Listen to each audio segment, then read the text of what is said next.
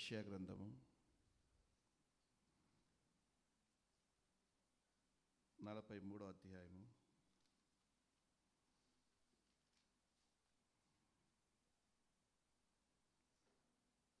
13వ వాక్యం చివరిలో,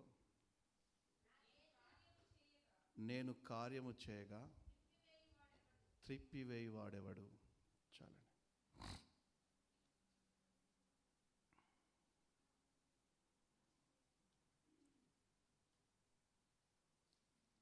రెండవ దినవృత్తాంతాల గ్రంథము 11వ అధ్యాయము 14వ వాక్యం. కాదమ్మా, రెండవ దినవృత్తాంతాల గ్రంథము మొదటిదా?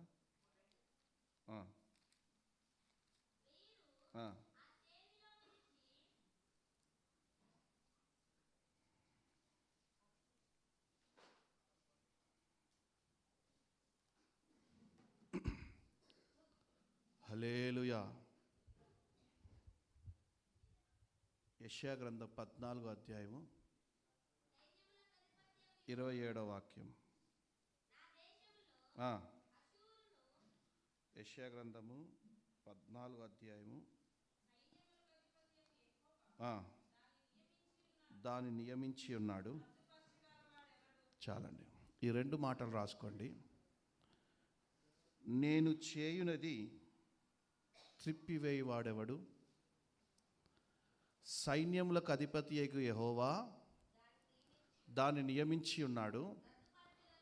రద్దుపరచగలవాడెవడు? నేనే దేవుడను,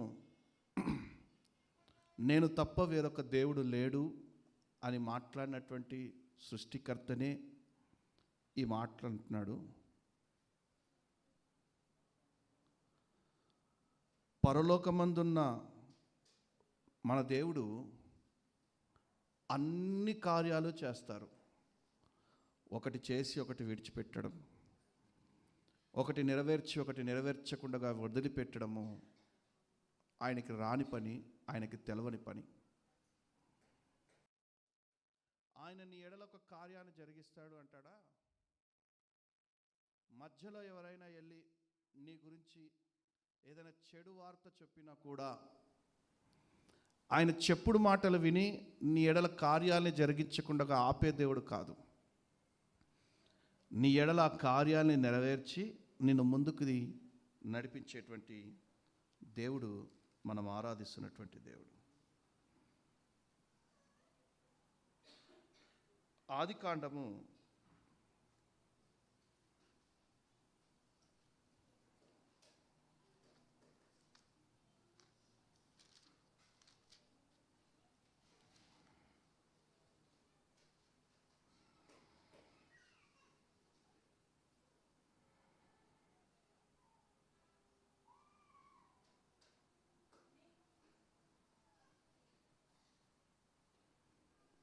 1 మనం చూస్తే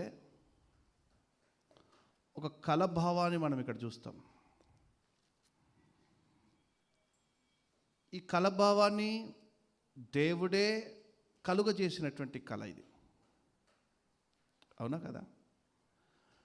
ఒక అపాయం నీకు వస్తుంది అంటే ఒక ఉపాయాన్ని కూడా నీకు తెలియజేసేటువంటి దేవుడు. ఒక అపాయం నీ జీవితంలో కలుగుతుంది అంటే ఒక ఉపాయం కూడా నీకు ఇచ్చి నడిపించే దేవుడు. ఇజ్రాయేలీలు నడుచుకుంటూ వెళ్తూ ఉన్నాడు.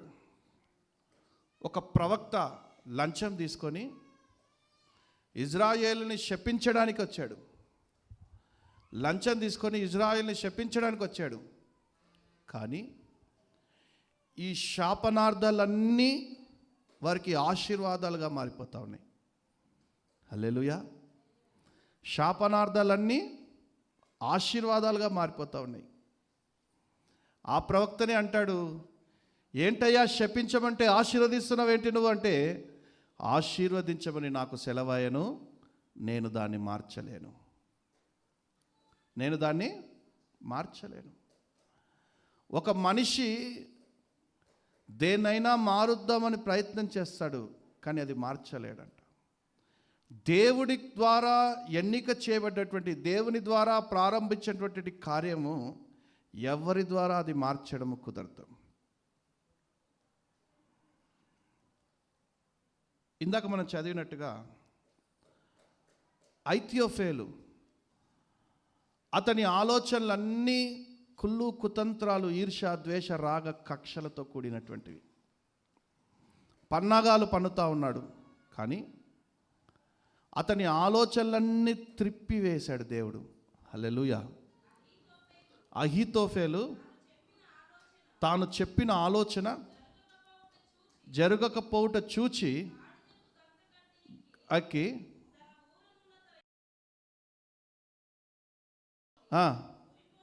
ఊరిపోసుకొని చనిపోయాను. ఇల్లు చక్కబెట్టుకున్నాడు, ఊరిపోసుకొని చనిపోయాడు. యేసు ప్రభుని పట్టించాలి అనుకున్నటువంటి ఇస్కరియోతు యూదా కూడా ఊరి పెట్టుకొని, ఆ ఊరి కూడా బలమైనటువంటి తాడు కాదంట, చీకిపోయిన తాడంట. దాంతో చెట్టుకి ఊరేసుకున్నాడు. ఆ చీకిపోయిన తాడు తెగి కింద పడిపోయి తల నెత్తి రాతి మీద పడి తల పగిలి చచ్చిపోయాడు. నీ గురించి నీ జీవితంలో ఎవరైనా నీకు విరుద్ధంగా, ఎవరైనా నీ ఆశీర్వాదానికి విరుద్ధంగా ఎవరైనా వస్తే, నా దేవుడు ఆ తలంపులన్నిటినీ మార్చివేస్తాడు, ఆ పన్నాగాలన్నిటిని త్రిప్పివేస్తాడు.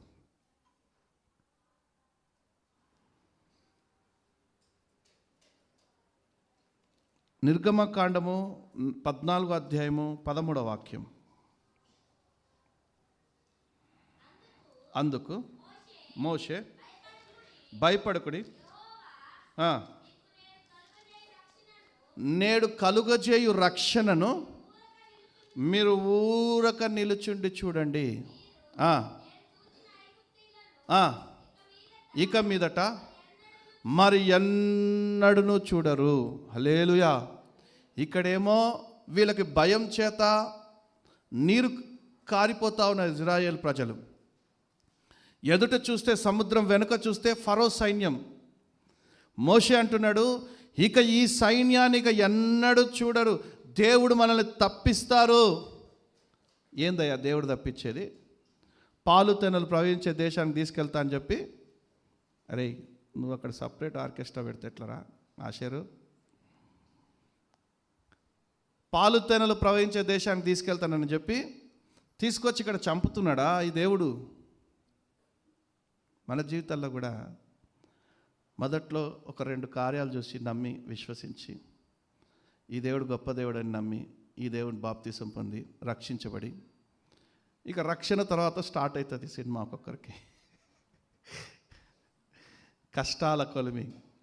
బాప్తీసం ఇచ్చేటప్పుడే అంటాం, శ్రమలు వస్తాయి, ఇరుకులు వస్తాయి. బాప్తీసం తీసుకోకుండా ఉట్టిగా ఉన్నవాడికంటే నీకు 7 శ్రమలు వస్తాయి, తట్టుకోగలుగుతావా?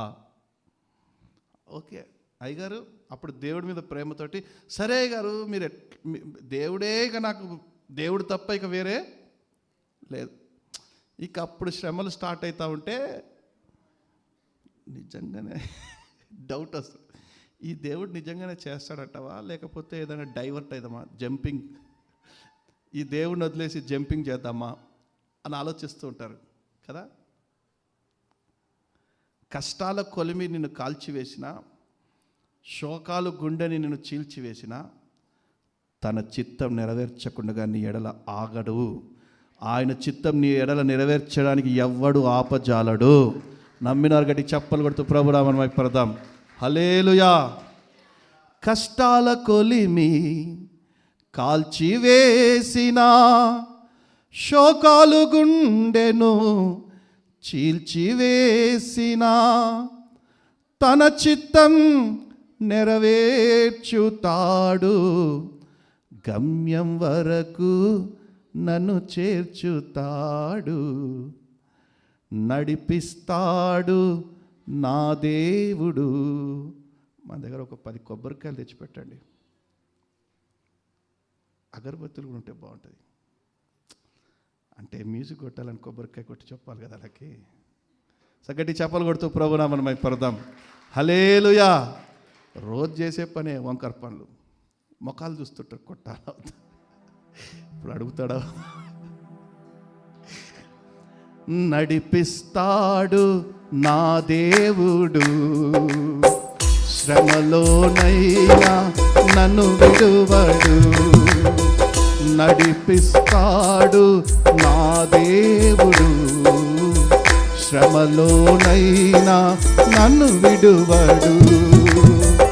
అడుగులు తడబడిన, అలసట పైబడిన, అడుగులు తడబడిన, అలసట పైబడిన, చేయి పట్టి వెన్ను తట్టి చక్కని ఆలోచన చెప్పి, చేయి పట్టి వెన్ను తట్టి చక్కని ఆలోచన చెప్పి, నడిపిస్తాడు నా దేవుడు, శ్రమలోనైనా నన్ను విడువడు. అంధకారమే దారి మూసిన, నిందలే నన్ను కృంగదీసిన, అంధకారమే దారి మూసిన, నిందలే నన్ను కృంగదీసిన, తన చిత్తం నెరవేర్చుతాడు, గమ్యం వరకు నన్ను చేర్చుతాడు. తన చిత్తం నెరవేర్చుతాడు, గమ్యం వరకు నన్ను చేర్చుతాడు. నడిపిస్తాడు నా దేవుడు, శ్రమలోనైనా నన్ను విడువడు. హల్లెలూయా. ఇజ్రాయేలీలు ఇంకా పాలు తెనలు ప్రవహించే దేశానికి వెళ్ళలేదు, దేవుడు చెప్పిన వాగ్దాన దేశానికి వెళ్ళలేదు. ప్రారంభపు శ్రమలకే చచ్చిపోతామంటున్నారు. ప్రారంభపు శ్రమలకే, మొట్టమొదటి శ్రమ అదే. వెనక ఫరో సైన్యం ఎదుట సముద్రం, చీకటి మార్గం అలుముకుంది. ఇటువంటి సమయంలో బలహీన పడిపోయారు, ఏడుస్తున్నారు, కన్నీరు కారుస్తున్నాడు. ఒకరి గురించి ఒకరినొకరు పట్టుకొని ఏడుస్తూ ఉన్నారు, ఒకరి గురించి ఒకరు ఏడుస్తూ ఉన్నారు. కానీ దేవుడు ఆశ్చర్య రీతిలో సముద్రాన్ని 2 పాయలు చేసి ఆరిన నేలపై వారు నడిపించారు. దేవుడు చేసిన వాగ్దానము నెరవేర్చడానికే ఇజ్రాయేలీల సైన్యము, ఫరో సైన్యము ఇక ఎన్నడూ వారికి కంటికి కనపడకుండా సముద్రంలో నేల మట్టుకు చేసేసాడు. నమ్మినారు గట్టి చెప్పలు కొడుతూ ప్రభునామం పడదాం. హల్లెలూయా. ఇక ఎన్నటికీ వారు కనబడరు, అంతే. నిన్ను శ్రమ పెడుతున్న శత్రువులు ఇక ఎన్నటికి కనిపించకుండా చేయగల సమర్థుడు ఆయన. నిన్ను పదే పదే ఇబ్బంది పాలు చేస్తూ, శ్రమల పాలు చేస్తూ, నిన్ను కన్నిటికి కారణం ఎవరైతే అవుతున్నారో నా దేవుడు వారిని కనిపించకుండా చేస్తాడు. అందుకే మీరు ఇంకొకరి కన్నిటికి కారణం కాకండి. మీ మాటలు ఇంకొకరి కన్నిటికి కారణం కాకూడదు. చాలామంది మాటల చేత, సూటిపోటి మాటల చేత ఎత్తి పొడిచి ఎదుటివారు బాధపడతారు, కన్నీరు కారుస్తారనే రాతి హృదయం వాళ్ళలో ఉంటుంది, మాంసపు హృదయం ఉండదు. మనం ఏదైనా మాట్లాడితే ఎదుటివారు ఏడుస్తారే, ఎదుటివారికి బాధ కలుగుతుంది, మన ద్వారా వారు కన్నీరు కారుస్తారే అనేటువంటి ఈ జ్ఞానం కూడా లేకుండా ఎదుటివారిని ఇష్టం వచ్చినట్టు అనేస్తుంటారు. వారి కన్నిటికి నువ్వు కారణం కాకూడదు. అర్థమవుతుందా? నీ కన్నిటికి ఏ శత్రువు కారణమైనా కూడా వాడిని విడిచిపెట్టే దేవుడు కాదు మనం ఆరాధిస్తున్నటువంటి దేవుడు. అందుకే నీవు ఎవరి కన్నీటికైనా నువ్వు కారణమయ్యావేమో, ఈరోజు నా దేవుని సన్నిధిలో క్షమించమని అడుగు. నీ కన్నీరు తుడవబడుతుంది. హల్లెలూయా. చూడండి,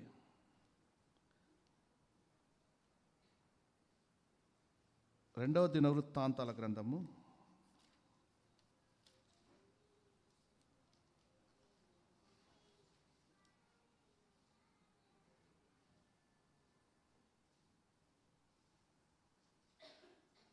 11 అధ్యాయం 14-11. ఆసా తన దేవుడైన యెహోవాకు మొరపెట్టి, యెహోవా, విస్తారమైన సైన్యము చేతిలో ఓడిపోకుండా బలము లేని వారికి సహాయము చేయుటకు నీకన్నా ఎవరునూ లేరు. మా దేవా యెహోవా, మాకు సహాయము చేయము, నిన్నే నమ్ముకొని ఉన్నాము. ఇది సత్హృదయం, ఇది విరిగి నలిగిన హృదయం. ఇది టోటల్గా దేవుడికి సరెండర్ అయిపోయినటువంటి హృదయము.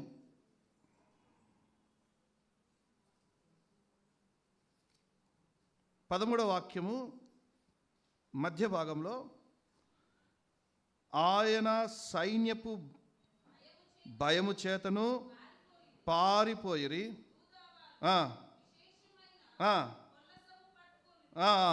హల్లెలూయా. ఎవరైతే నిన్ను భయపెడతా ఉన్నారో, ఎక్కడైతే నువ్వు భయపడతా ఉన్నావో, ఏదైతే నువ్వు గెలవలేవు, నేను ఈ సమస్యని గెలవలేను, ఈ పరిస్థితిని గెలవలేను, దీని నుండి నేను దాటలేనని ఎవరైతే భయపడతా ఉన్నారో, వారు యథార్థ హృదయంతో, సద్హృదయంతో, దీన మనస్సుతోటి ఆయన సన్నిధికి వెళ్ళి మోకరించి 2 చేతులు పైకెత్తి, ప్రభువా, ఈ సమస్య నేను ఎదుర్కోలేను నాయన, నాకు భయం వేస్తుంది ప్రభువా, ఈ భయం నుండి మమ్మల్ని తప్పించు నాయన అని ఎవరైతే అడుగుతారో, ఆ భయానికే నా దేవుడు భయం పుట్టించి పారిపోయేటట్టుగా చేస్తాడంట. నమ్మినారు గట్టికి చెప్పలు కొడుతూ ప్రభునామమున మహిమపడదాం. హల్లెలూయా. ఆ భయానికే భయం పుట్టించి పారిపోయేటట్టుగా చేస్తాడు, నీ దగ్గరికి రాకుండా చేస్తాడు ఆయన. ఆయన పేరు నజరేయుడైన యేసు. ఆసా అదే అడుగుతున్నాడు. ఆసారాజు, దేవుని నమ్ముకున్నాను, నాకు సహాయం కావాలి అని అడుగుతున్నాడు. దేవుడు వెంటనే సహాయాన్ని పంపిస్తా ఉన్నాడు. మన జీవితంలో కూడా నీవు ఏ పరిస్థితిలో ఉన్నా దేవుడు చేస్తాడు అనేటువంటి విశ్వాసముతో నువ్వు సహాయం అడిగినట్టయితే ఖచ్చితంగా ఆయన నీ జీవితంలో సహాయం చేసి నడిపిస్తాడు.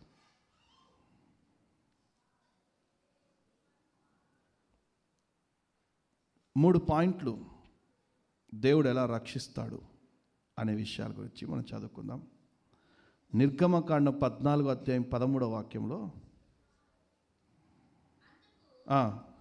మోషే రక్షణను, దేవుడు మీకు చేసేటువంటి రక్షణ కార్యాలు మీరు కన్నులారా చూస్తారు. మొట్టమొదటిది, దేవుడు మీకు చేయబోయే కార్యాలు కన్నులారా చూస్తారు. రక్షణ కార్యాలు కన్నులారా చూస్తారు. నేను నిన్ను రక్షించే కార్యాలు నువ్వు చూస్తావు అంటున్నారు.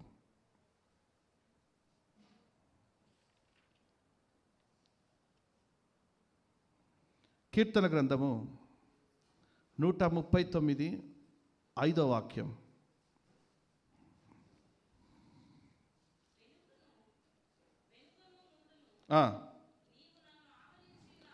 వెనుకను ముందును నీవు నన్ను ఆవరించి ఉన్నావు, నీ చేయి నా మీద ఉంచి ఉన్నావు.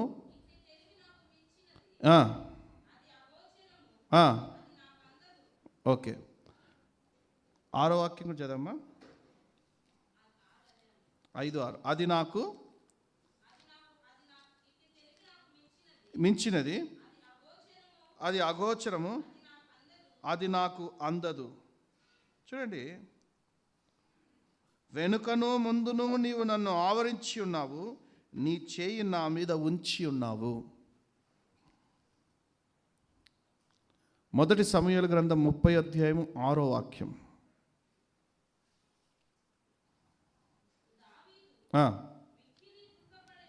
మిక్కిలి దుఃఖపడెను.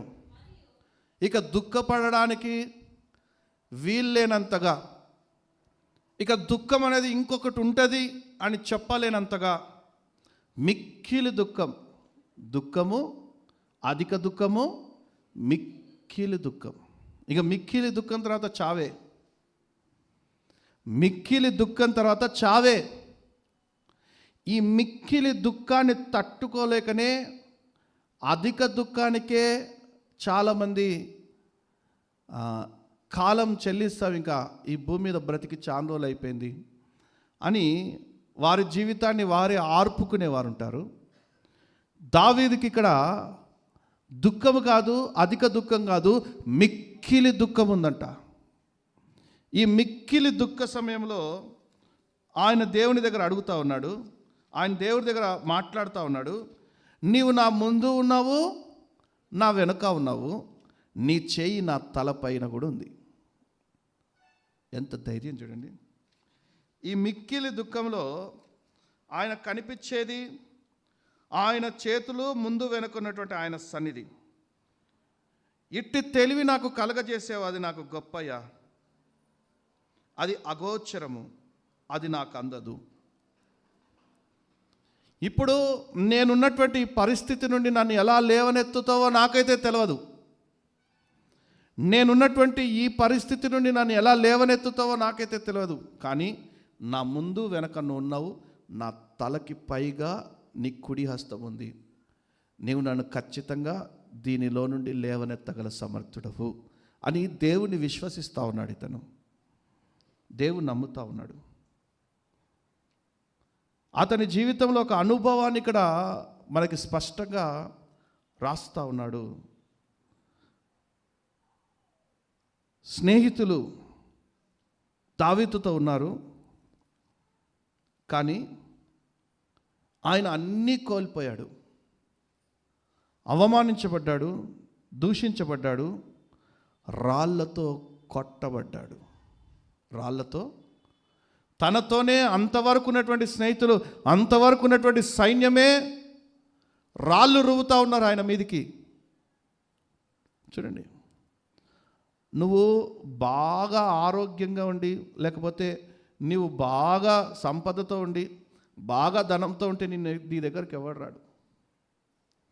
ఎప్పుడైతే కాస్త బలహీనపడ్డావని తెలిసిందో ఇక నీ మీదికి అన్నీ లేస్తుంటాయి.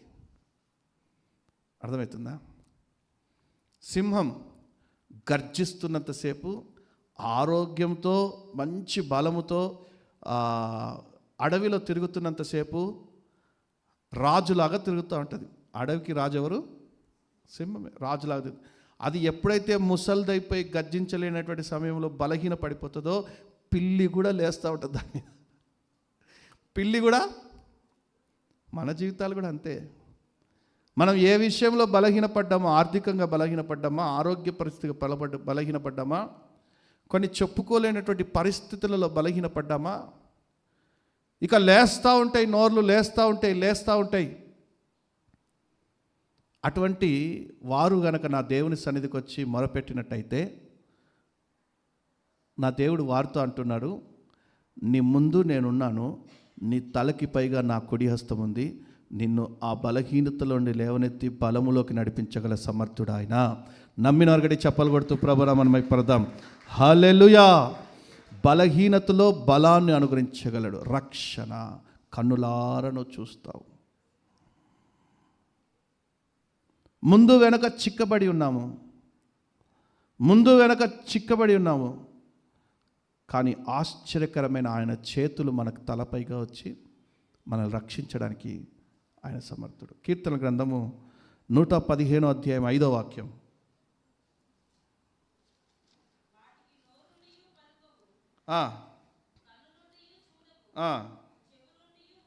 చెవులుండి వినవు, ముట్టుకొనవు,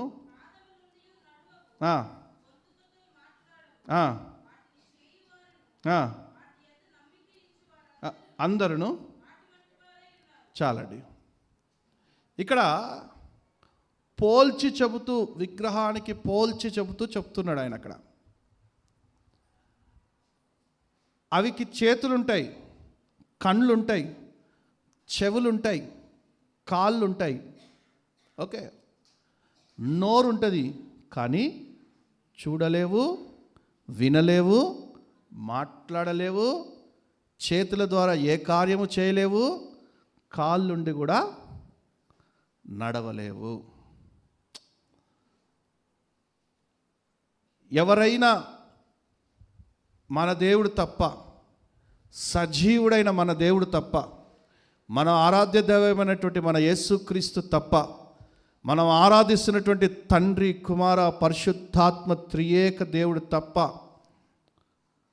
నా చేయితో నిన్ను నా కుడి హస్తం నీ మీద చాపి ఉన్నాను, నా బాహు నిన్ను బలం పరుస్తుంది అని ఎవరైనా అన్నారా?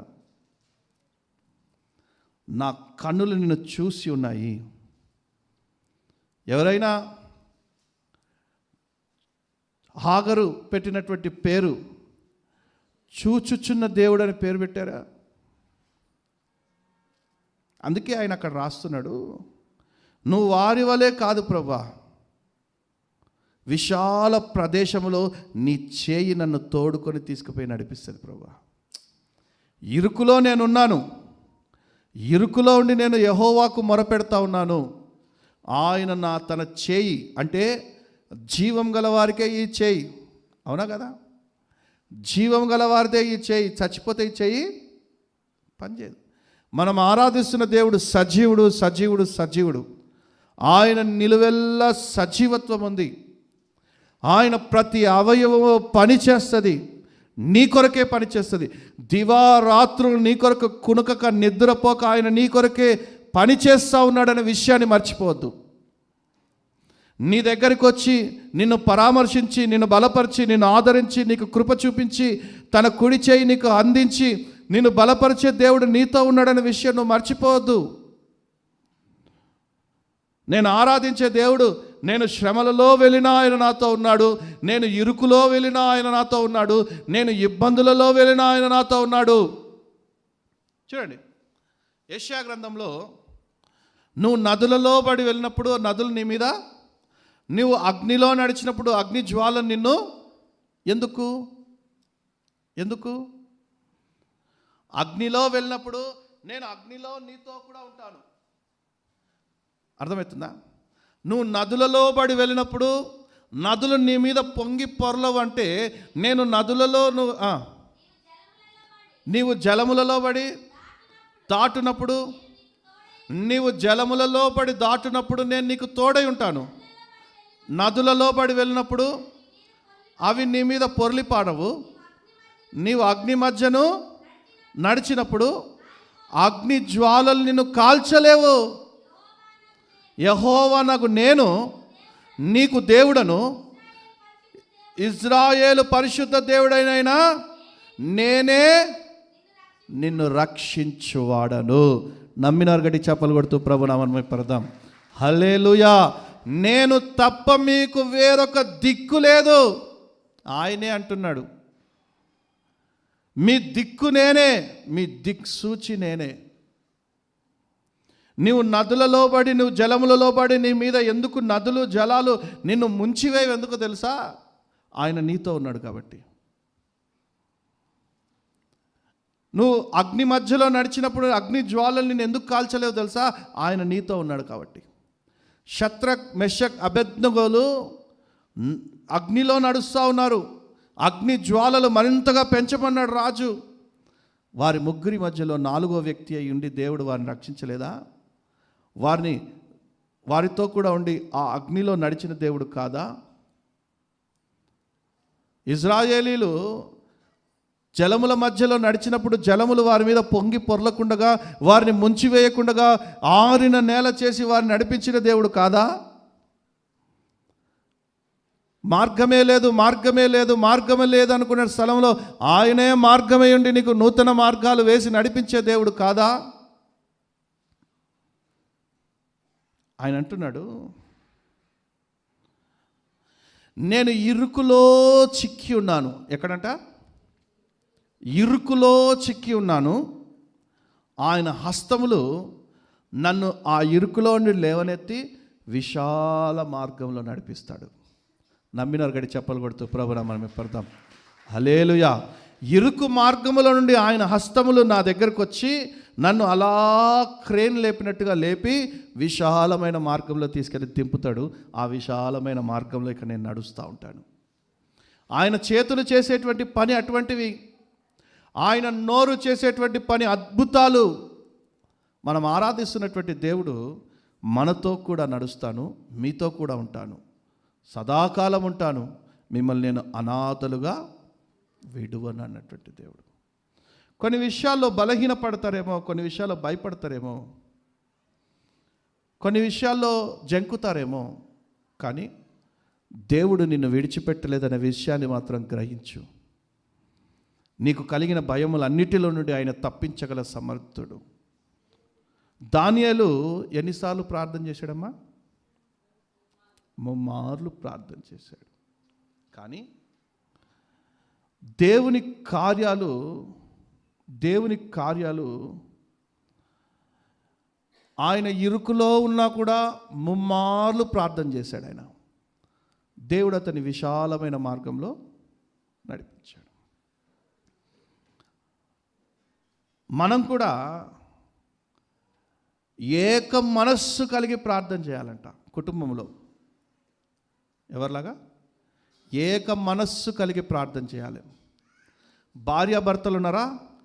ఏక మనస్సు కలిగి ప్రార్థన చేయాలి. భార్యాభర్తలు పిల్లలు ఉన్నారా? అందరూ కలిసి ఏక మనస్సు కలిగి ప్రార్థన చేయాలి. అప్పుడు నీకు నీ మీదకి, నీ కుటుంబం మీదకి, నీ గృహం మీదకి రావాల్సినటువంటి అపాయం తప్పించబడుతుంది. ఎలాగో తెలుసా? ఇప్పుడు ఒక కారులో మినిమం ఎంతమంది వెళ్తారు? 5. అదే కొద్ది పెద్ద కార్ అయితే 7. ఇప్పుడు 5, 7 వెళ్తూ ఉన్నారు అనుకోండి కారులో. అప్పటిదాకా ఎవరి ఫోన్లు వాళ్ళు చూసుకుంటూ ఉంటారు కారులో. కాసేపు మాట్లాడతారేమో, తర్వాత దూర ప్రయాణం అయితే నిద్రపోయేటాడు ఒకడు ఉంటాడు. హలో, దారిలో ఉన్నారా? కార్లో పోతున్నా అని మాట్లాడతాడు ఒకడు ఉంటాడు. ఓకే, పాటలు వినుకుంటూ వెళ్ళేటాడు ఒకడు ఉంటాడు. కారంతా ఒకటే పాటలు వినాలని ఒక డెక్కు పెడతారు ముందు. అంతకుముందు డెక్ అంటుండే, ఇప్పుడు స్క్రీన్ ఉంది, అది పెడతారు అందరూ ఒకటే వినాలని. అది ఆఫ్ అయితే వీళ్ళ జోబులోంచి తీస్తారు, వీళ్ళ ప్రపంచం వీళ్ళకే. అట్లా ఒక 5 ఉన్న కారులోనే ఏక తలంపు, ఏకతత్వం, ఏకభావం, ఏక ఆలోచన లేకుండా ప్రయాణం అయిపోతూ ఉన్నారు. మంచి క్రైస్తవులైతే, ఆత్మ నింపబడిన వారైతే 5 కారులోనే. ఎదురుగా ఒక లారీ ఇక రెప్పపాటున గుద్దేస్తుంది, ఒక 2-3 అడుగులలో ఇక గుద్దేస్తుంది అనుకున్నప్పుడు అందరూ ఏం చేస్తారు? నేను చెప్పాలనా? స్తోత్రం స్తోత్రం, యేసు రక్తమే జయం, యేసు రక్తమే. ఇక మా అమ్మ, మా చిన్నమ్మలు అయితే చెప్పొద్దు, కారు ఎక్కినప్పటి నుంచి దిగేదాకా స్తోత్రాలు చెప్తూనే ఉంటారు. ఇక గుద్దే వచ్చారంటే స్తోత్రం. అందరూ కారులో ఉన్న వాళ్ళందరూ, ఎందుకంటే కాపాడు ప్రభువా, కాపాడు ప్రభువా అని అంటారు. అవునా కదా? ఇప్పుడు 5 తీసుకెళ్ళి ఒక గుంటలో పడేశారు, చీకటి గుంటలో పడేశారు. లేవడానికి ఇక మార్గం లేదు, మెట్లు కూడా లేవు, చీకటి గుంటలో పడేశారు. అందరూ ఏమంటారు? అందరూ ఏం చేస్తారు? స్తోత్రం అని అంటారు, లేకపోతే కాపాడండి కాపాడండి ఎవరైనా ఉన్నారా? అరే ఇట్లా కాదురా, ఇంకొంచెం గట్టిగా కాపాడండి అంటారు. ఒకటే మాట, 5 కలిసి ఒకటే మాట. ఈ ఒకటే ఆలోచన, ఈ ఒకటే మనస్తత్వము, ఈ ఒకటే తలంపు ప్రార్థనలో కూడా ఉండాలంట. తండ్రి ఎంత కష్టపడుతున్నాడో కుమారునికి తెలిసి ఉండాలి, కుమారుడు ఎంత కష్టపడుతున్నాడో తల్లిదండ్రులకు తెలిసి ఉండాలి. ఓకే, కుటుంబం అంతా ఏ సమస్యని వారు ఎదుర్కొంటున్నారో కుటుంబం అంతా తెలిసి ఉండాలి. ఆ కుటుంబం అంతా ఏక మనస్సు కలిగి ప్రార్థన చేస్తే అప్పుడు ఆ కుటుంబంలోకి సహాయకర్తగా దేవుడు దిగి వస్తాడు. అర్థమైందా? ఎక్కడ 2-3 కూడి నా నామంలో ఏకీభవించి ప్రార్థన చేస్తారో అక్కడ నేను ఉంటాను అన్న దేవుడు. అవునా కదా? తల్లి ఒక్కటే వెళ్ళింది, గదిలోకి వెళ్ళింది, ఏడుస్తూ ఏడుస్తూ ప్రార్థన చేస్తూ ఉంది, ప్రభువా కుటుంబంలో పరిస్థితులు బాగలేవు నాయన, చక్కబెట్టు నా తండ్రి, ఆర్థికంగా చితికిపోయాం ప్రభువా, సరిచేయి నాయనా అని ఏడుస్తూ ఉంది. ఒక్కటి ప్రార్థన చేస్తే ఒక 25% మీరు మేలులను చూడగలుగుతారు. ఓకే, కొన్నిసార్లు భర్త ఒక గదిలో, భార్య ఒక గదిలో చేసుకోండి, తప్పనట్లేదు. కానీ మీ కుటుంబాన్ని అంతటికి కావాల్సిందేంటి? భార్యాభర్తలకు కావాల్సిందేంటి? భార్యాభర్తలు పిల్లలున్న వారికి కావాల్సిందేంటి? మీ వ్యాపారంలో కావాల్సి, గృహంలో కావాల్సిందేంటి అనేసి కుటుంబం అంతా కలిసి ప్రార్థన చేస్తే అప్పుడు నా దేవుడు 2-3 కూడి ఎక్కడైతే నా నామంలో ఏకీభవించి ప్రార్థన చేస్తారో వారి మధ్యలో నేను దిగి వస్తానన్న దేవుడు మీ గృహం మధ్యలో దిగి వచ్చి మీకు మేలుల చేత నింపుతాడు. నమ్మినారు గడి చెప్పలు కొడుతూ ప్రభునామం పడదాం. హల్లెలూయా. ఏక మనస్సు, ఏక తలంపు, ఏక ఆలోచన కావాలి, ఏక తాత్పర్యం కావాలి. యెషయా గ్రంథం 54వ అధ్యాయము 2వ వాక్యం.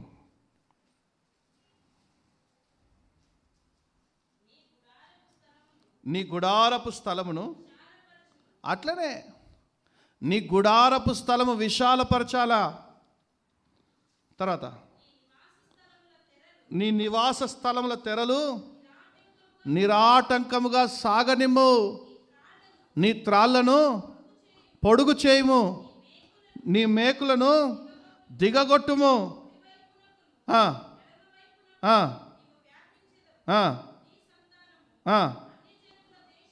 హల్లెలూయా. ఆలస్యం చేసేది నీవెవరు అని ఆయన నిన్ను నీవు చూసుకోవడం కొరకే. కొన్ని విషయాల్లో ఆయన మనకు ఆలస్యం చేస్తాడు. ఎందుకు తెలుసా? మనం ఎవరో మనల్ని తెలుసుకోవడం కొరకు. అందుకే నిన్న యూత్ మీటింగ్లో చెప్పా, నీవెవరు నీవెవరు నీవెవరు అంటే అద్దంలోకి వెళ్ళి చూసుకుంటావు. మనిషిని, కళ్ళున్నాయి, ముక్కుంది, చెవులున్నాయి, నోరుంది, అందరికీ నెత్తి, నోరు, ముక్కు అన్నీ ఉన్నాయి. కానీ నీవెవరు అంటే అద్దంలోకి వెళ్ళి చూసుకుంటారు. అద్దంలో పదే పదే వారి ముఖాలు చూసుకుంటుంటారు. ఈ మధ్య అద్దాలు లేవు కానీ సెల్ఫీ, చికెన్ ఫోటో దిగి, బా ఎంత అందంగా ఉన్నా కదా, నేను ఎంత అందంగా ఉన్నా కదా, ఎట్ట పుట్టాడు రాయుడు బా అని వాడే పొగుడుకుంటూ ఉంటాడు. అంటే నేనెవరో అది తెలుపుతుంది. కానీ నీ హృదయ అంతరంగంలో ఒకటి ఉంటుంది, చూసావు? నీ హృదయ అంతరంగంలో ఒకటి, అది నీవెవరో అని బయట పెట్టేదే వాక్యం అనే అర్థం. ఈ వాక్యం అనే అర్థం ఎదుట నువ్వు వెళ్ళి నిలబడితే నీ హృదయంలో ఏముందో అది స్పష్టంగా తేటగా తెలియజేస్తుంది. కొన్నిసార్లు హృదయంలో ఏముందో తేటగా తెలియజేయదు. ఎందుకంటే మన దగ్గర పాపం అనే మలిన అద్దం అడ్డుపడుతుంటుంది. పాపం అనే దుమ్ము పట్టిన అద్దం అడ్డుపడుతుంటుంది. ఈ దుమ్ము పట్టిన అద్దం అనగా పాపం అనే అద్దాన్ని ఎప్పుడైతే పగలగొడతావో అప్పుడు నువ్వు ఎవరు అనేది వాక్యం అనే అద్దంలో స్పష్టంగా కనిపిస్తుంది నీకు. అది యవనస్తులకు చెప్పా. మన యవనస్తుల కూడిక అద్భుతంగా జరిగింది, చాలా అద్భుతంగా జరిగింది. నేను అనుకుంటాను ఇక ఎల్బీ నగర్ ప్రాంతంలో మనం ఏ మీటింగ్లు పెట్టినా ప్రజలు తండోపతండాలుగా వస్తారు. ఒక 2 అమ్మాయిలంట అటుగా వెళ్తూ ఉన్నారంట. పోస్టర్ చూడగానే అబ్బా యవ్వనస్తుల కూడిక దొరికిందిరా అనేసి వెంటనే లోపలికి వచ్చేసారంట. 2 కుటుంబాలు హైత్ నగర్ దగ్గర నుంచి వచ్చారు. హాలిడే కదా, జాలీగా తిరుగుదామండి అనిందంట భార్య. సరే పదవే తిరుగుదామని అంట. వాళ్ళు ఏ సంఘానికి వెళ్తలేరు, ఏదైనా మందిరానికి వెళ్తే కదా తెలిసేది యవనస్తుల కూడిక అనేది ఒకటి మందిరాల్లో జరుగుతాయి. జనవరి 26వ తారీఖు రిపబ్లిక్ డే రోజు యవనస్తుల కూడిక మందిరాల్లో జరుగుతాయి. వెళ్ళాలనే జ్ఞానం ఉండేది. కొంతమందికి ఉన్నది రాదనుకోండి. అది కొంతమందికి మందిరాలకు వచ్చినా యవనస్తుల కూడిక ఒకటి జరుగుతుంది, మనం వెళ్ళాలనే జ్ఞానం ఉండదు. వాళ్ళ గురించి పక్కకు పెట్టండి. వీళ్ళకి అసలు ఏ మందిరానికి వెళ్ళరు అంట, అటుగా వెళ్తూ ఉన్నారు. యవనస్తుల కూడిక జరుగుతూ ఉంది, పోస్టర్ కనిపించింది. ఎందుకో వాళ్ళ మనసు అలా తిప్పింది, లోపలికి తీసుకొచ్చి కూర్చోబెట్టింది. అట్లా ఇంచుమించు ఒక 4-5 కుటుంబాలు వచ్చాయి ఆ రోజు. ఎన్ని కుటుంబాలు? మన దగ్గర ఉన్న కుటుంబాలు, మన దగ్గర ఉన్న యవనస్తులు కాకుండా అలా 4-5 కుటుంబాలు వచ్చి కూర్చొని దేవుని వాక్యం చక్కగా విని బలపరచబడి ప్రార్థన చేయించుకొని భోజనం చేసి హ్యాపీగా వెళ్ళారు ఆ రోజు. ఇది చాలదా? ప్రయాసపడాలంటే అందుకే నేను సంఘంలో ఏదైనా కూడిక ప్రారంభిస్తే, అన్న కదా పెట్టింది ఆ డేట్, నేను కాదు కదా. అర్థమైందా? అన్న కదా పని పాటలేదు, అన్నకి డేట్ పెట్టుకుంటాడు. మాకు చాలా బిజీ. మేము ఉదయాన్నే లేస్తే అన్నకి ఏ పని పాటలేదు, కూడికలు కూడికలు కూడికలు అంటాడు. మాకు కాదు ఆ కూడికలు అన్నట్టుగా ప్రవర్తిస్తుంటారు. ఆ కూడికలో మీరు కూడా పాలిభాగస్తులై, మీరు కూడా ఒక 4 కుటుంబాలని పురిగొల్పి తీసుకొచ్చి కూర్చోబెట్టి, 4 యవనస్తులను తీసుకొచ్చి కూర్చోబెట్టి వారిని వాక్యం చేత వారి నడతను సరి చేసుకుంటారనేటువంటి జ్ఞానం లేకుండా బ్రతికేస్తుంది సంఘం. ఎందుకో నాకు అర్థం అవట్లేదు. సంఘము ఇటువంటి విశాలమైన జ్ఞానం లేకుండా బ్రతికేస్తుంది. ఎంతసేపు మేం చాలు. కొత్తోళ్ళు వస్తే ట్రీట్మెంట్ ఎట్లుండాలి? ఆదిమ అపోస్తుల సంఘము కొత్తోళ్ళు వచ్చినప్పుడు సహృదయంతో చేర్చుకున్నారంట, సంఘంలో కలుపుకున్నారంట,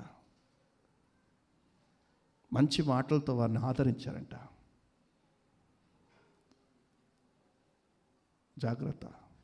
ఆదిమ అపోస్తుల సంఘం వల్ల మనం ఉండాలంటే చాలా నేర్చుకోవాలి. కొన్ని మనం మార్చుకోవాలి. మన మనస్సుని మార్చుకోవాలి, తలంపుని మార్చుకోవాలి. కొన్ని మనం క్రీస్తుని పోలి, కొన్ని కాదు అన్నీ మనం క్రీస్తుని పోలి నడిచినప్పుడే ఆయన రాకళ్ళు ఎత్తబడతాం. మందిరానికి వస్తే వెళ్ళిపోతే సరిపోదు. మందిరములో కొన్ని నియమాలు ఉంటాయి, కొన్ని కట్టుబాట్లు ఉంటాయి. మందిరంలో కొన్ని క్రమశిక్షణ ఉంటుంది. దాని అంతటికీ నువ్వు లోబడ్డప్పుడే బలులు అర్పించుట కంటే మాట వినుట. సౌలు చెప్పిన మాట వినకుండగా బాగా బలిసినటువంటి తీసుకొచ్చి బలి అర్పిస్తూ ఉన్నాడు. దేవుడు అంగీకరించాడా? అంగీకరించకపోగా అతని రాజ్యాన్ని తీసేశాడు. మాట వినుట శ్రేష్టము. కాబట్టి మన మెస్సియా మినిస్ట్రీస్లో ఎక్కడ కూడికలు జరిగినా సరే మొదటి పాలిభాగం మనదే ఉండాలి. మొదటిగా మనమే ఆత్మలను చేకూర్చేవారుగా, తోలుకొని వచ్చేవారుగా ఉండాలి. నేను అదే అంటాను, ఏదైనా కూడిక జరిగిందంటే ఒక్కొక్కరు 70 ఫోన్లు చేయండి, ప్రజల్ని తోలుకొని రండి. వాళ్ళని వాక్యం చేత తృప్తిపరిచే బాధ్యత నేను తీసుకుంటాను. వారిని బలపరచబడి ఇక్కడ నుంచి కొవ్విన దూడల వలె గంతులు వేసేటువంటి బాధ్యత నేను తీసుకుంటాను. పబ్లిక్ గ్యాదరింగ్ పని మీరు తీసుకోండి. తీసుకోవాలి. ఒకరు కాదు, సంఘమంతా తీసుకోవాలి గ్యాదరింగ్ పని. సంఘమంతా కలిసి కట్టుగా ఏక మనస్సుతో పని చేస్తేనే సంఘం వర్ధిల్లుతుంది. నువ్వు చేయకపోయినా సంఘం వర్ధిల్లుతుంది, కానీ ఆ వర్ధిల్లింపులో నీ పాలిభాగం ఉండదు. ఆ వర్ధిల్లింపులో నీ పాలిభాగం ఉండాలి. సంఘానికి వచ్చే దీవెనలు నీవు కూడా పొందుకొని వెళ్ళాలంటే సంఘంలో జరిగే ప్రతి కార్యంలో నువ్వు పాలిభాగస్తురాలిగా ఉండాలి.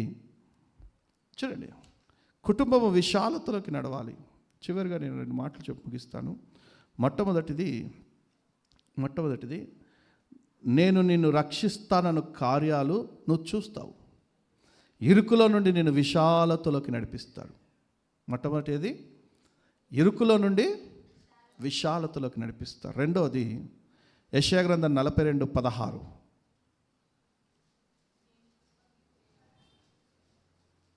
యెషయా గ్రంథం 42:10. వారు ఎరుగని మార్గమున గ్రుడ్డి వారిని తీసుకొని వచ్చేదను, వారు ఎరుగని త్రోవలో వారిని నడిపింతును. హల్లెలూయా. చీకటిని వెలుగుగా చేసి నడిపిస్తారు ఆయన. చీకటిని వెలుగుగా చేసి నడిపిస్తారు. మార్గంలో గుడ్డోళ్ళకి ఏమైనా కనిపిస్తుందా? ఏం కనిపించదు. వెనక కనిపించదు, ముందు కనిపించదు, ఏది కనిపించదు. కానీ మనము కళ్ళున్న గుడ్డోలము. ఎందుకంటే ముందు చీకటి కమ్మిన వేళ మనకి ముందు ఏమి కనిపిస్తుందో, ఏం జరుగుతుందో తెలవనటువంటి అగమ్య గోచరంలో మన బ్రతుకులు ఉంటాయి. కొంతకాలం బాగుందిరా, సంపాదన బాగుంది, కొంతకాలం ఉద్యోగం బాగుంది, కొంతకాలం బాగుంది, 1 సంవత్సరం పాటు బాగుంది, 2 సంవత్సరాల పాటు బాగుందంటే 3వ సంవత్సరం చీకటి. 2 సంవత్సరాలు మార్గం కనిపిస్తే 3వ సంవత్సరం మన జీవితంలో చీకటి. గుడ్డోల కంటే ఘోరం మనం. దేవుడు అంటున్నారు, అటువంటి చీకటి ఛాయలు మిమ్మల్ని అలుముకున్నాయేమో, ఇక ముందు మార్గం కనిపించకుండా మీరు ఉన్నారేమో, మిమ్మల్ని గుడ్డి వారికి త్రోవ చూపినట్టుగా నేను మీకు చూపిస్తాను. నేను మీ కుడి చేయి పట్టుకొని మీకు వెలుగు కలగజేసి ఆ వెలుగులో మిమ్మల్ని నడిపిస్తాను అంటున్నారు. నమ్మిన వారికి చప్పలు కొట్టు ప్రభునామాన్ని మహిమపడదాం. హల్లెలూయా. ముందు చీకటి కమ్మిన వేళ మనకి ముందు ఏమీ కనిపించదు. యోబు గ్రంథం 29వ అధ్యాయం 2-3 వాక్యాల్లో యోబు ఇట్లా, నేను పూర్వకాలమున ఎంతో మేలు ఉన్నట్లు నేనున్న ఎడల. చాలండి. యోబు తన పూర్వకాల స్థితిని జ్ఞాపకం చేసుకుంటా ఉన్నాడు. యోబు పూర్వస్థితి ఏంటండి? ధనవంతుడు. ఊజు దేశంలో అతనంతటి ధనవంతుడు లేడు, యథార్థవర్తనుడు. అతనికి గాడిదలు, వంటలు, మేకలు, గొర్రెలు, విస్తారమైన ఆస్తి. అవునా కదా? ఇప్పుడు ఏమయ్యాడు అతను? అన్నీ కోల్పోయి తన శరీరంలో ఉన్నటువంటి ఆరోగ్యాన్ని కూడా కోల్పోయి బూడిద పూసుకొని నడి రోడ్డు మీద చిల్ల పెంకులతో తన ఒక శరీరాన్ని గోక్కుంటా ఉన్నాడు, బూడిదలో కూర్చొని. అవునా? బూడిదలో కూర్చొని, నడి రోడ్డు మీద బూడిదలో కూర్చొని చిల్ల పెంకులతో తన శరీరాన్ని కోక్కుంటా ఉన్నాడు. అతనికి ఫ్లాష్ బ్యాక్ జుమ్ అని వెనకకి వెళ్ళింది. పూర్వము నీ దీపము నా తలకి పైగా ఉన్నప్పుడు నేను ఎంత బాగుండేనయ్యా. ఇప్పుడు ఏంట్రా అంటే నా పనోడు కూడా నా మీద కాళ్ళు లేపుతున్నాడు. అవునా కదా? కొన్నిసార్లు మన స్థితిగతులు బాగా ఉంటే ముందర ఏదీ కనిపించదు, అన్నీ హ్యాపీనే, హ్యాపీ ఎండింగే అయిపోతుంది అనుకోకండి. మధ్యలో చీకటి వస్తుంది. అన్నీ బాగా ఉంటే సంఘమే కనిపించదు. చీకటి అలుముకున్నప్పుడే మెస్సియా మినిస్ట్రీ తూప్రాన్పేట మందిరం కనిపిస్తుంది. ఎందుకంటే అక్కడికి వెళ్తే చీకటి వెలుగుగా మార్చబడుతుంది. నాకు అలా ఆశ. మీ ఆశ తక్కువే, మీ ఆశ భంగము కాదు, మీ మునుపు స్థితి రానే వచ్చును. కానీ ఇక్కడ యోబు అంటున్నాడు, మునుపు నా స్థితి ఎంత బాగుండేనో, ఇప్పుడేమో నా పరిస్థితి అస్సలు బాగాలేదు. నాతో కూడా కొంతమంది స్నేహితులు అంటారు, అరే నేను ఒకప్పుడు స్కూల్కి వెళ్ళేటప్పుడు అంబాసిడర్ కార్ తప్ప వేరొకటి మేము ఎక్కేటోళ్ళం కాదు. కాలు కింద పెట్టకుండా మా నాన్న కార్లలో స్కూళ్ళకి తిప్పాడు. ఈరోజు మేమే కాలి నడకన పోవాల్సింది వస్తుంది. మా పరిస్థితి అట్లా అయిపోయింది. ఒకసారి అట్లా రివైండ్కి వెళ్ళిపోతారు. మీ జీవితాల్లో కూడా శ్రమ అలుపుకున్నప్పుడు, లేమి కలిగినప్పుడు, కరువు వచ్చినప్పుడు మునుపు ఎంత బాగుండే కదా, ఎంత బాగుండే కదా అనుకుంటూ ఉంటాం. గత సంవత్సరంలో ఇదే సమయానికి ఇది మన దగ్గర ఉండే కదా, ఈ సంవత్సరం లేదు కదా అనుకుంటూ ఉంటాం. చీకటి మనల్ని అలుముకుంటుంది. ఆ సమయంలో గుడ్డితనం మనకు కలుగుతుంది. నా దేవుడు అంటున్నాడు, చీకటిని వెలుగుగా చేసి నేను నిన్ను నడిపిస్తానంటున్నాడు. నమ్మిన వారు గట్టికి చెప్పలు కొడుతూ ప్రభునామం పడదాం. హల్లెలూయా. మార్గం అంతటియో గుడ్డి వారికి మార్గము చూపినట్టుగా నేను మీకు చూపి నడిపిస్తాను. చీకటిని వెలుగుగా చేసి దాంట్లోంచి మేము నడిపిస్తాను. ఇప్పుడు మీరు పడుతున్నటువంటి శ్రమలు, పరిస్థితులు, పడుతున్నటువంటి ఇబ్బందుల వల్ల మీరు చీకటిలో ఉన్నట్టుగా ఉన్నారేమో. నిశ్చయముగా వెలుగు మీ మీద ప్రసరించును. నిశ్చయముగా మీరు మరలా వెలుగు మార్గంలో నడుచుదురుగాక. మీకు తలకి పైగా నా దేవుని దీపము ఉండునుగాక.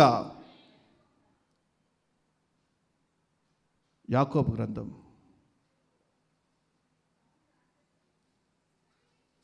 5:11 చూడండి.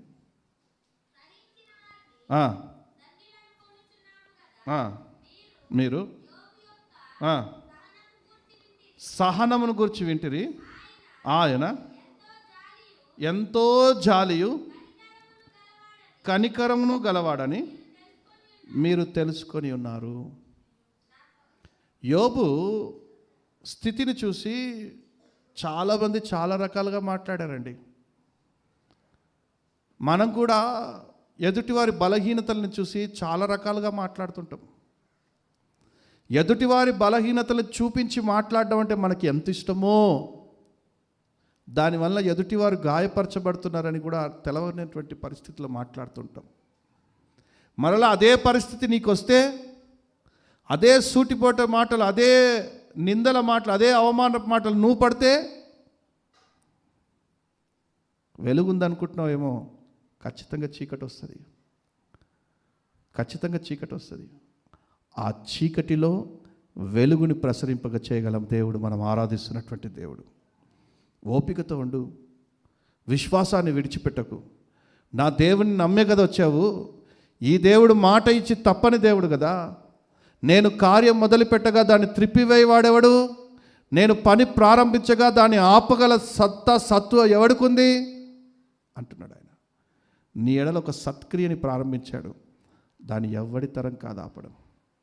చూద్దాం చివరి మాట. మొట్టమొదటిది ఇరుకుని విశాలంగా మారుస్తారు. రెండవది చీకటిని వెలుగుగా చేస్తారు. మూడవది భాగ్యముగా చేస్తారు, భాగ్యవంతులుగా చేస్తారు. చూడండి లూకా సువార్త 1:49.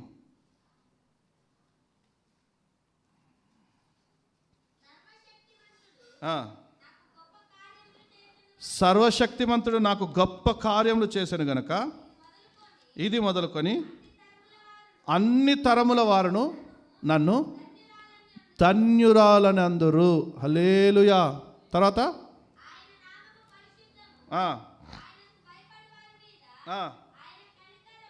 ఆయన కనికరము తరతరములుండును. హల్లెలూయా. ఇక్కడ దేవదూత వచ్చి ఆ స్త్రీతో అంటుంది, నీవు ధన్యురాలవి, నీవు ధన్యురాలవి. అందుకే నేను ఇక్కడ రాసుకున్నాను, నీవు భాగ్యవంతురాలిగా నా దేవుడు చేస్తాడు, నిన్ను భాగ్యవంతునిగా చేస్తాడు. భాగ్యం అంటే ఏంటి? భాగ్యం అంటే ఏంటి చెప్పాలి. కొరత లేనటువంటి ఒక జీవితం, కొరత లేనటువంటి ఒక జీవితం భాగ్యం. భాగ్యమే సౌభాగ్యమే నీ దివ్య, అది నన్ను నడిపే నూతనమైన జీవ మార్గము.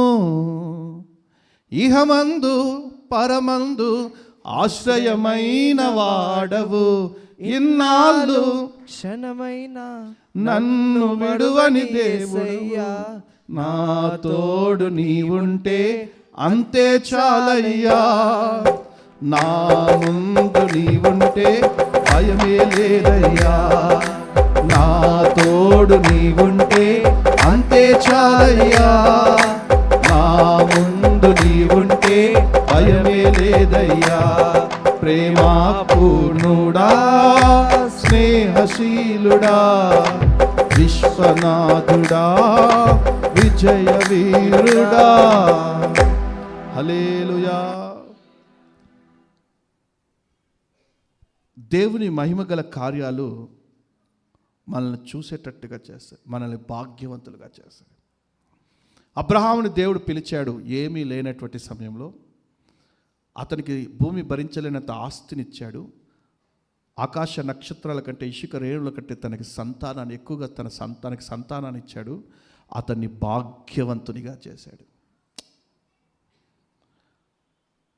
30 వెండి నాణాలకి అమ్మివేయబడ్డటువంటి నిరుపేద స్థితిలో, దరిద్రపు స్థితిలో, కటిక స్థితిలో, భయంకరమైన స్థితిలో, లేమి స్థితిలో, అందరూ తృణీకరించినటువంటి స్థితిలో, అందరూ వెలివేసినటువంటి స్థితిలో, నా అన్నవారే గుంటలో పడవేసి పిడిగుద్దులు గుద్ది బట్టలు చింపి భయంకరమైన పరిస్థితిలో 30 వెండి నాణాలకు అమ్మివేసినటువంటి యోసేపు ఉన్నాడు. దేవుడు యోసేపు ద్వారా ఒక సత్క్రియని ప్రారంభించాడు.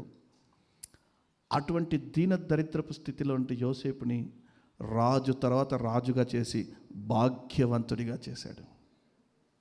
మొర్దెకై రాజు గుమ్మం దగ్గర ఉండేవాడు. ఇక్కడ రాజు గుమ్మం దగ్గర బయట ఉండేవాడు.